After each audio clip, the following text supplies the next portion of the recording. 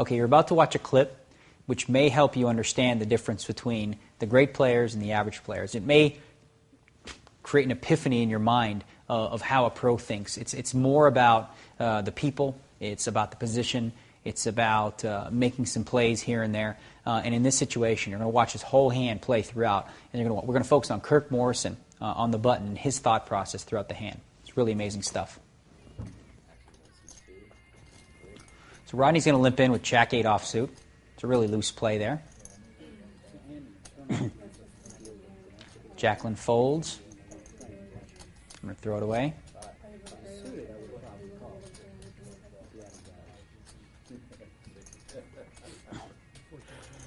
Now Paul's got 7-5 offsuit. He's going to limp in late position. And now Kirk's going to limp in. Let's hear why. In a cash game, when you have more than 3 or 4 players in the pot, when I have the button, I'll call with any 2 cards about 90% of the time. The button is so strong in no limit hold'em, especially on these lower limit games the way they are. You can pick off a lot of hands and win a big pot with any 2 cards. That's what I'm planning to do here. See what happens. And now you hear what Kirk was saying there. He's talking about lower limit games and how players are easier to manipulate, and he's going to play the button with virtually any 2 cards. Now, his thinking along these lines is that if he flops anything, he's going to get paid off well, and he feels comfortable in his reading ability in that if nobody else hits the flop, he'll be able to steal it. Let's take a look at what else happens.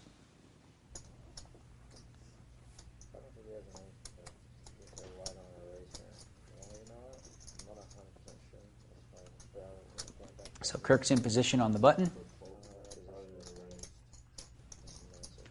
Now, Kirk does have middle pair 6s, but in a situation like this, you're not playing it necessarily based on the value of your hand. $12 in this pot, and Rodney just bet 20. A huge bet with nothing.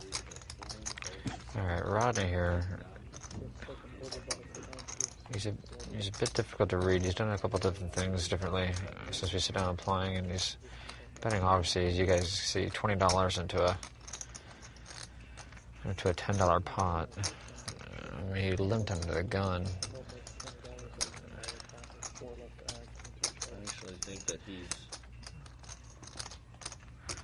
You know what we're going to do here? We're going to see if we can lock him up. I don't think he has an ace. I'm going to smooth call here and see if I can try to lock him up for the turn, see what he does on the turn. Okay, let's stop right there. Now, at no point while Kirk was thinking, did you ever hear him say, well, I think my 6s are good. I'm trying to pick off a bluff with my 6s. The entire time, everything that he was saying dealt with the following. I'm going to pick this pot off on the turn. I don't think he's got that big a hand. Never calling on the fact that he's got a 6. He's not saying, well, maybe I'll catch a 4, maybe I'll catch a 6. The whole time he's using position. He's thinking that, maybe Rodney's bluffing or doesn't have that strong hand and he'll be able to pick it up. So the train of thought here is what's really important to focus on. Again, it's not just like, I'm in there, I got a pair, so let's see if I can make 2.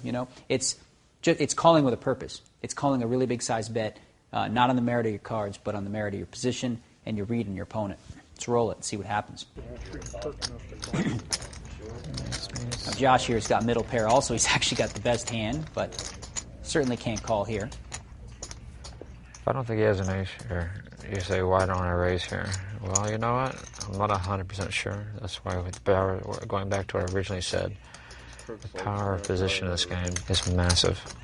You see, again, what Kirk is saying is that, he's explaining why he didn't raise there. And he's not raising because, again, he thinks the guy doesn't have an ace. As he said earlier, he's a little bit difficult to read, so he's not 100% sure. So the safer play in this spot, as he's just, eloquently said, is to just smooth call because he'll get all the information he needs with the call that he would have with the raise. At the same time, the raise saves him chips. If, for example, Josh or the big blind Brad was going to decide to go crazy on the hand and make a raise as well. So he's playing the hand as carefully as possible, and at the same time, because he's, again, not 100% sure, but he's giving up very little, as you'll see, as the hand plays out.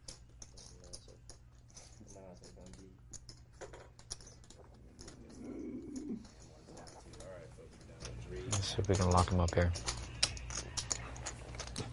Any card because of the turn, I'm going to bet. He checks to me, I'm going to bet. Turn card. So Kirk's already decided now. If it's check to him, he's going to bet. There's a check.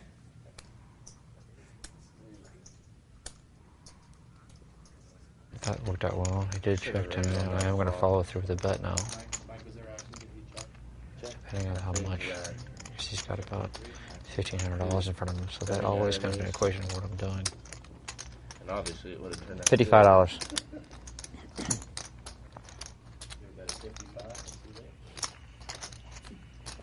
You see, that's worked out all right. Exactly what I planned on. Got our position poker. I think he thinks he made a pretty good bet, but obviously I had jack shit there. And there you go. As you can hear at the end, Rodney says he thinks he made a pretty good bet, but he didn't have anything either. Little did you know that Kirk had very little as well. So Kirk actually played this hand phenomenally well. You heard his thought process at the end there when he says, the amount of chips his opponent has definitely comes into play. He made a really large bet, pot-sized bet, frankly, on the turn card to really kind of like establish that, hey, I want this pot, I've got something big. But again, the whole thought process through the hand was never, my sixes are good, I've got the best hand, I'm protecting. It's just power poker, in position, take advantage of your reads, and pound them.